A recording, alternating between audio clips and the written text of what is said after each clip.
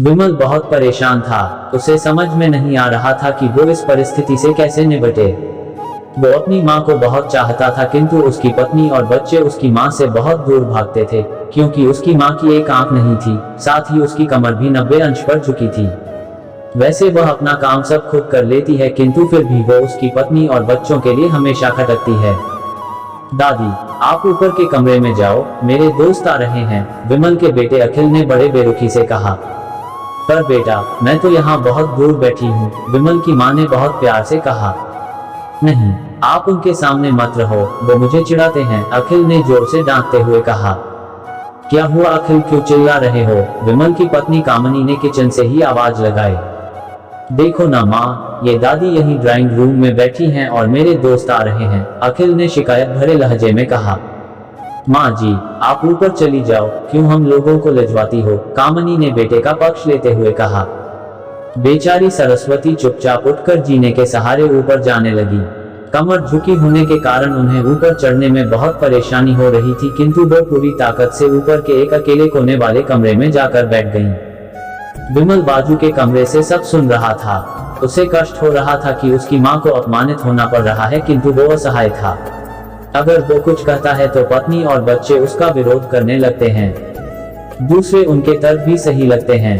चूंकि वो एक प्रशासनिक अधिकारी था, उसका सामाजिक स्तर बहुत ऊंचा था, उसकी ससुराल भी एक उच्च घराने में थी, अतः वह चुपचाप इस तरह हर दिन अपनी माँ को अपमानित होते देखता रहता था।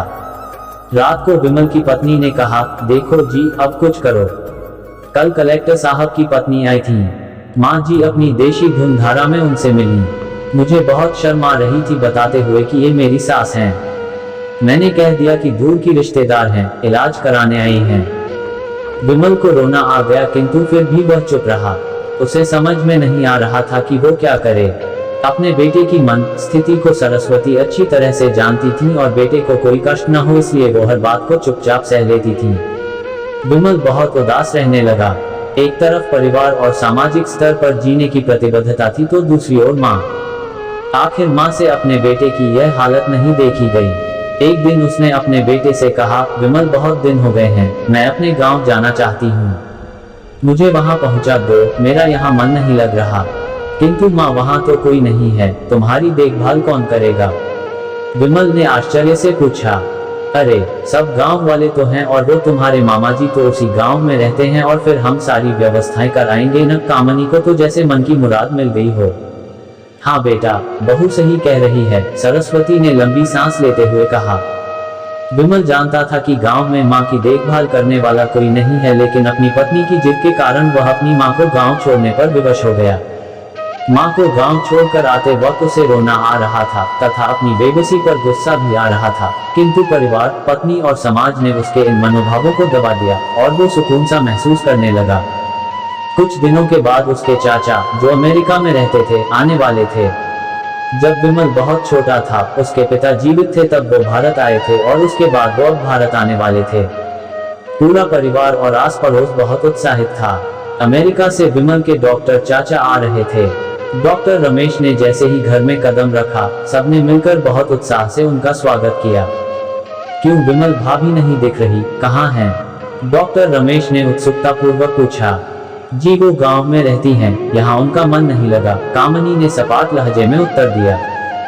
डॉक्टर रमेश ने विमल की ओर देखा तो विमल ने अपनी आंखें झुका लीं। डॉक्टर रमेश सब समझ गए। बोले, कल हम भाभी से मिलने गांव चलेंगे सब लोग। दूसरे दिन सभी लोग गांव के घर में पहुंचे। देखा कि सरस्वती को बहुत तेज बुखार है और वो पलंग पर असहाय पड़ी है। डॉक्टर रमेश दौड़कर सरस्वती के पास गए, उनके पैर छूकर रोने लगे।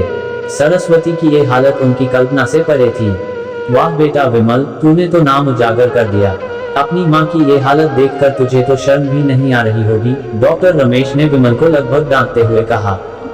नहीं देवर जी, विमल का कोई दोष नहीं है, मैं खुद गांव आई थी, सरस्वती ने अपने बेटे का बचाव किया। मुझे सब पता चल गया भाभी, आप चुप रहो। क्यों बहू, तुम्हें अपनी सास की कुरूपता पसंद नहीं है? समाज में तुम्हें नीचा देखना पड़ता है ना? डॉक्टर रमेश ने कामनी की ओर व्यंग्य से देखा। कामनी निरुत्तर होकर विमल को देखने लगी। आज तुम जिस सामाजिक स्तर पर हो वो इन्हीं के संघर्षों की देन है। और बेटा विमल, तुम्हें शायद मालूम न हो कि बचपन में जब तुम 1 साल के थे तब छत से नीचे गिरने के कारण तुम्हारी एक आंख टूट गई थी और तुम्हारी रीढ़ की हड्डी में भी समस्या थी। तब तुम्हारी इस कुरूप माँ ने अपनी एक आंख और अपना बोन मेरो तुम्हें देकर इतना सुंदर स्वरूप दिया था। कामनी बेटा, इतने सालों तक संघर्ष करके बेटे को प्रशासनिक अधिकारी बनाने वाली इस संघर्षशील औरत की तुम लोगों ने यह दशा कर दी। तुम्हें ईश्वर कभी माफ नहीं करेगा। डॉक्टर रमेश की आंखों से अश्रु जलधारा बह रही थी। अब भाभी, आप मेरे साथ अमेरिका जाएंगी, यहाँ इन स्वार्थी लोगों के बीच नहीं रहेंगी, डॉक्टर रमेश ने सरस्वती से कहा। विमल को तो काटो तो खून नहीं था। डॉक्टर रमेश जो उसके चाचा थे, उन्होंने जो राज बताया उसके बाद तो विमल को यही लग रहा था कि उससे ज्यादा पापी इंसान इस दुनिया में कोई और है ही नहीं। वह दौड़ता गया और माँ सरस्वती के कदमों से लिपट गया। माँ, मेरा अपराध अक्षम्य है। मैं जानबूझकर चुप्पी साधे रहा, आपका अपमान करवाता रहा। अब सिर्फ आप ही उस घर में मेरे साथ रहेंगी और कोई नहीं। विमल ने आग्नेय दृष्टि से अपनी पत्नी और बच्चों को देखा। कामनी को भी बहुत पश्चाताप हो रहा था, किंतु उसकी हिम्मत नहीं हो रही थी कि वो सरस्वती से आंख मिलाए। सरस्वती ने कामनी की मन स्थिति को समझकर उसको पुचकारते हुए अपने पास बुलाया और विमल को डांटते हुए कहा, खबरदार, जो मेरी बहू को मुझसे अलग करने की कोशिश की तो तुझे ही घर से बाहर निकाल दूंगी। कामनी और बच्चों ने सरस्वती के पैर पड़ते हुए अपने व्यवहार पर माफी मांगी और माँ के हृदय ने सबको माफ कर दिया। तो दोस्तों, कैसी लगी यह कहानी आप हमें कमेंट करके जरूर बताएं और चैनल को सब्सक्राइब करना बिल्कुल ना भूलें। धन्यवाद।